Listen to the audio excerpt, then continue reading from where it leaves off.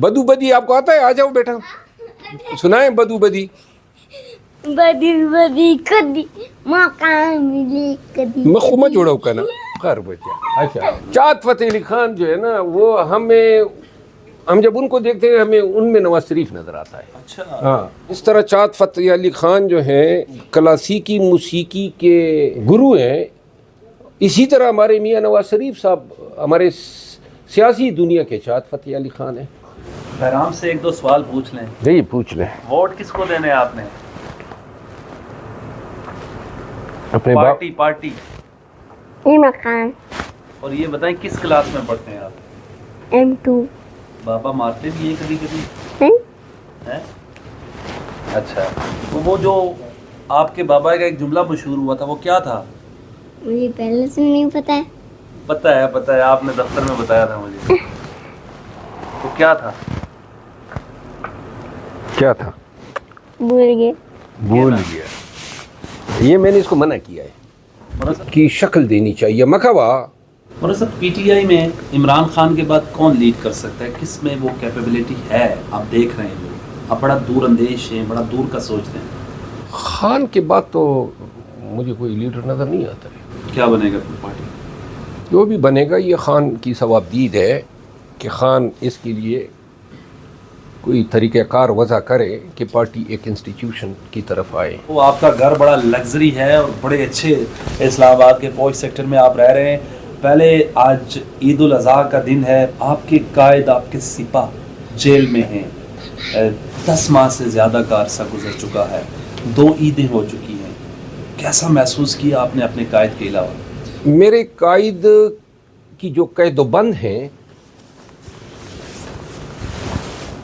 وہ میں سمجھتا ہوں کہ کبھی شاید اتنی طوالت اختیار نہ کرتی اگر قانونی اور سیاسی لائحہ عمل میں میرے مشوروں پہ عمل درآمد ہوتا.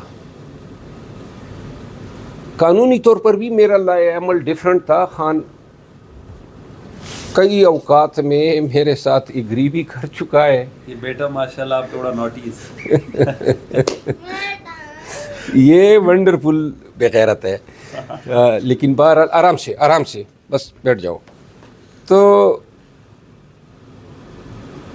خان صاحب جو ہیں وہ اتفاق بھی کر جاتے تھے، لیکن بہرحال دکھ ہے، افسردہ ہیں اور خان صاحب کی تکالیف کا بھی احساس ہے.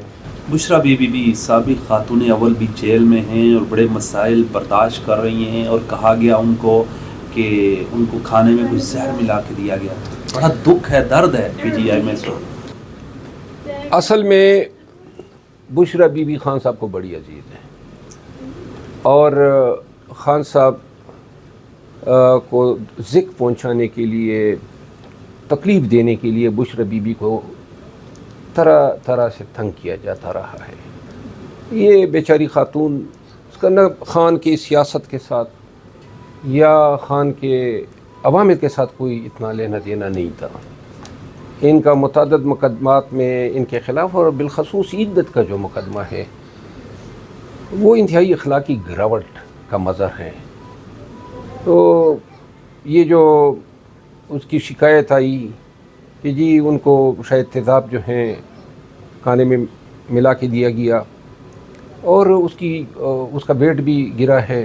خان صاحب بیسیکلی نفسیاتی طور پہ اور مینٹلی بڑے ٹارچر ہوتے ہیں، تو اس کے پیچھے محرک یہی رہا ہے. ایک ذرائع نے بتایا کہ شیر افضل مروت صاحب گھومتے ہیں، جاتے ہیں جب آگے پیچھے تو بہت مشکل ہوتا ہے ان کے لیے فیملی کے ساتھ جانا. میں گیا تھا ابھی، میں کل ہی آیا ہوں، میں گلیات گیا تھا آپ کے علاقے کی طرف. تو تکلیف ہوئی یہ کہ نتیہ گلی کے بازار میں پھرنا ممکن نہیں تھا. پولیس آ گئی تھی، لوگ تصاویریں نکال رہے تھے. ایک جگہ پہ بہرام بندروں کو دیکھنے کے لیے اس نے ضد کی، تو جب بندروں کے لیے ہم نے گاڑی روکی، 2 گاڑیاں تھیں ہم، تو 10-15 منٹ میں کوئی 2 درجن گاڑیاں رک گئی اور تصاویر. تو ہم بندر کو دیکھ رہے تھے، لوگ ہمیں دیکھ رہے تھے. خود اپنا آپ ہمیں بندری فیل ہو رہا تھا، لیکن لوگوں کی محبت ہے، پیار ہے. بہرام بندر کو دیکھ رہا تھا، آپ بندر کو دیکھ رہے تھے اور لوگ آپ کو دیکھ رہے ہمیں، بلکہ ان کو کہا بھی، میں نے کہا کہ جی اب اپنے آپ کو، یہ بہرحال لوگوں کی محبت ہے، ہم اس کے کبھی حقدار نہیں رہے ہیں. کوئی